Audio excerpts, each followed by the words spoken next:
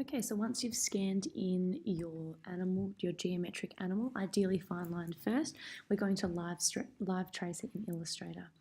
So I'm going to create a new document.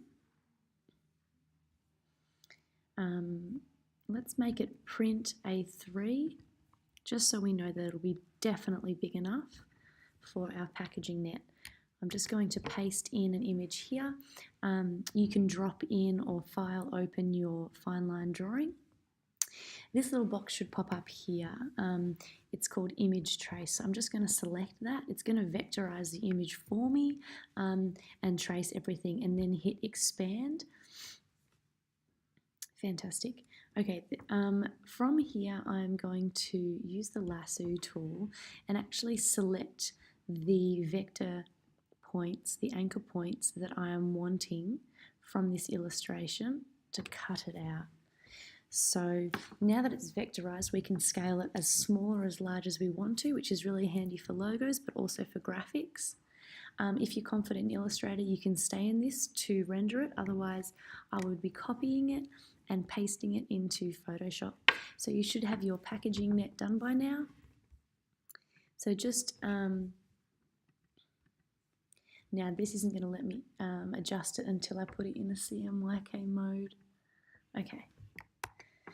So I'm just going to paste this on top. I'm going to paste it, let's paste it as pixels because it means that we can actually adjust it more easily. So I'm just going to make this a little bit smaller, just placing the animal head where I want it to be, holding down Shift to maintain proportions.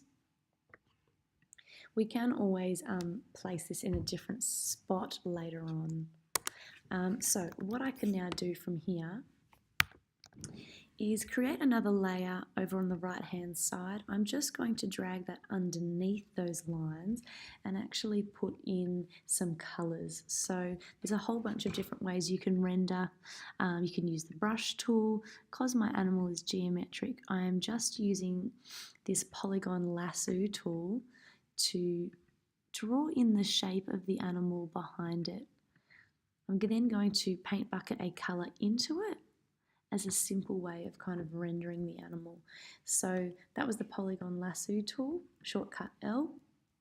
Paint bucket, shortcut G is here, can be hiding under the gradient tool. I'm just going to come up here and select a color and drop that in.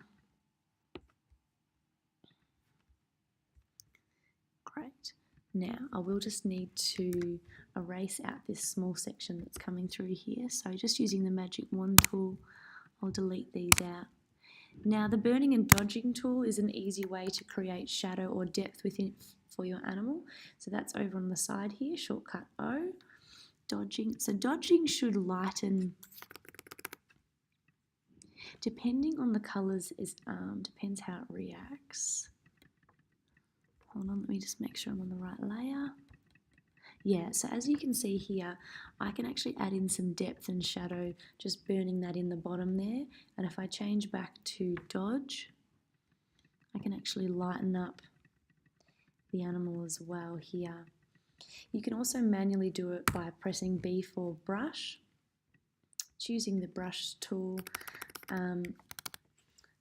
I can just manually select a colour that's slightly lighter here over on the right, making the brush smaller using the square brackets or your mouse, making sure that I'm on the right layer.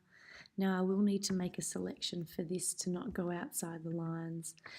So I've just kind of selected this component here with the magic wand tool, B for brush, and here I can just kind of physically put in some lighter colouring as well.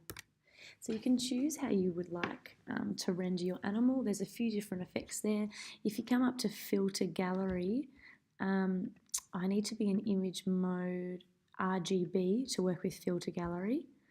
I don't want to flatten these layers. If I go to filter gallery, there's a whole bunch of different effects you can also put on animals or anything. So filter gallery pixelate, so pointillizing something. If you want like a different effect there, you can change the cell sizes. You get some unusual looks with something like that. You could also do filter stylized tiles. yeah, have a bit of a play. There's a lot of different options as far as kind of rendering your animals.